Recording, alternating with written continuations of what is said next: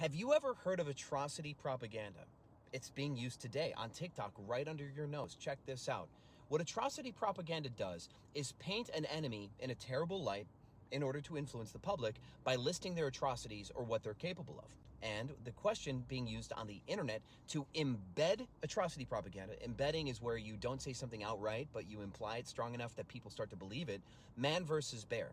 Would you rather be stuck in a woods with a bear or a man? People are loudly choosing the bear on the internet in order to influence the public to believe that men are capable of broad sweeping atrocities. They're even saying things like all men until no men. That means until no men commit SA or grape, that all men should be treated like they're committing it. People have even gone so far to say, well, a bear can't grape me. This is textbook atrocity propaganda.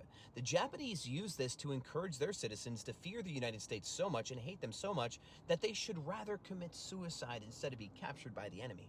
This is also how they convinced suicide bombers, kamikazes, to fly and crash into planes, to end their life for their cause against the United States. But that sounds a lot like suicide bombers, religious extremists. Do any of us here believe that a suicide bomber is actually sane? No. And anybody who's even bringing up the question of man versus bear is on the side of suicide bombers. They're appealing to emotional fanatic logic to try to get a whole world of people to hate men through atrocity propaganda. You're welcome. So yes, call me insane because I studied history and I won't stand for it repeating. Absolute insanity.